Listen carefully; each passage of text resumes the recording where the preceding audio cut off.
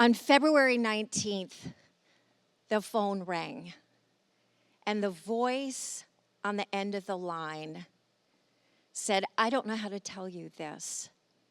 There's been a terrible accident. A boulder that was attached to the side of a mountain in Colombia, South America, for probably millions of years, chose the exact moment when my daughter Schuyler was beneath it to fall. It cracked open her skull, crushed her lungs, fractured her spine, fractured both scapula, pulverized her right thigh, and absolutely smashed her left ankle. Her injuries were so severe that it was thought to be impossible that she could survive them. So there I was on this plain, surrounded by darkness. It was a nightmare that I had prayed that I would never live. And yet there I was.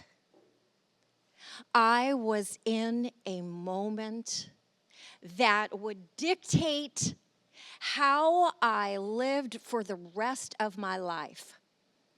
The question wasn't, would we survive this? The question was, would we even have the chance?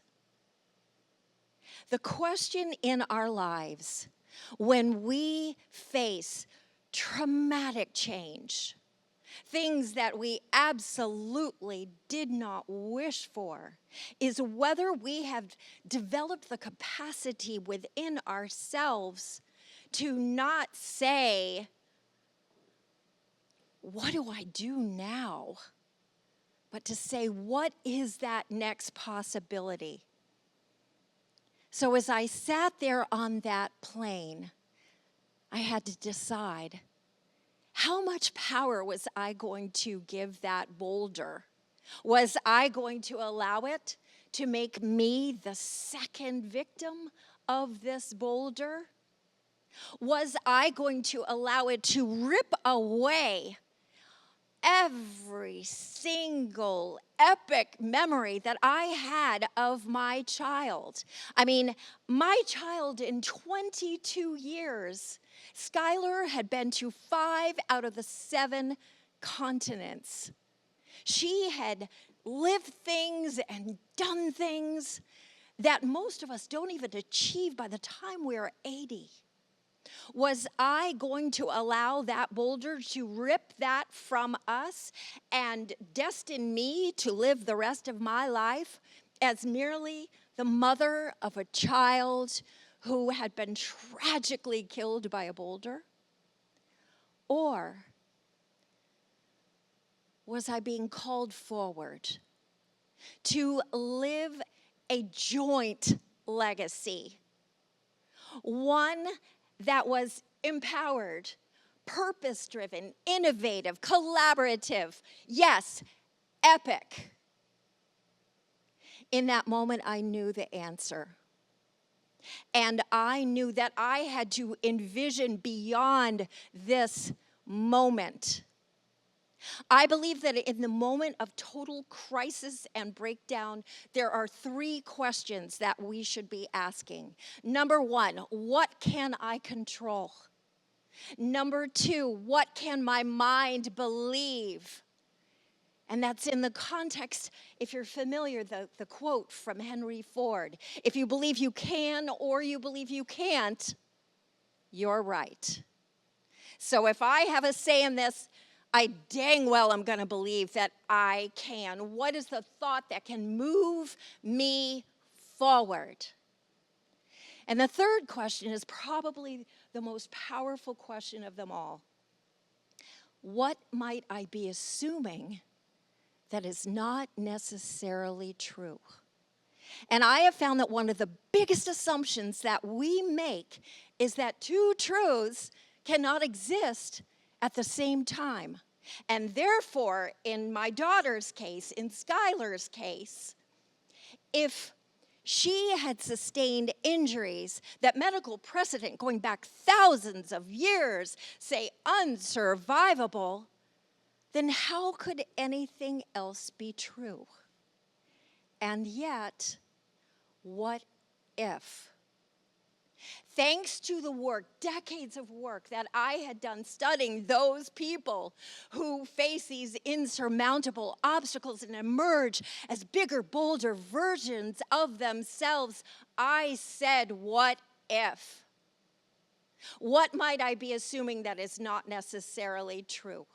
So I asked myself just one new question to see if my mind could believe just one thing that would feel just a little bit better. And that question was, has anyone throughout time ever accomplished something, one thing, that everyone else said was impossible? Well, considering there I was at 30,000 feet zooming through the heavens, the answer was a resounding yes. And by asking myself one tiny question, followed by one tiny question, the language of Elf, envisioning beyond, envisioning the what if, focusing on possibility, I was able to inch myself from total despair to a little bit of hope, and from hope, a little bit of belief, and from belief to this sense of knowing that I can only describe almost like expectation. Knowing that my daughter would be fine, whatever the new variation of fine was destined to be. And from that moment, it was as if life had to conform to my vision. I arrived at that teeny tiny hospital in Socorro, Colombia, as a force to be reckoned with. And I'm pleased to say that from that moment, miracle upon miracle began to occur.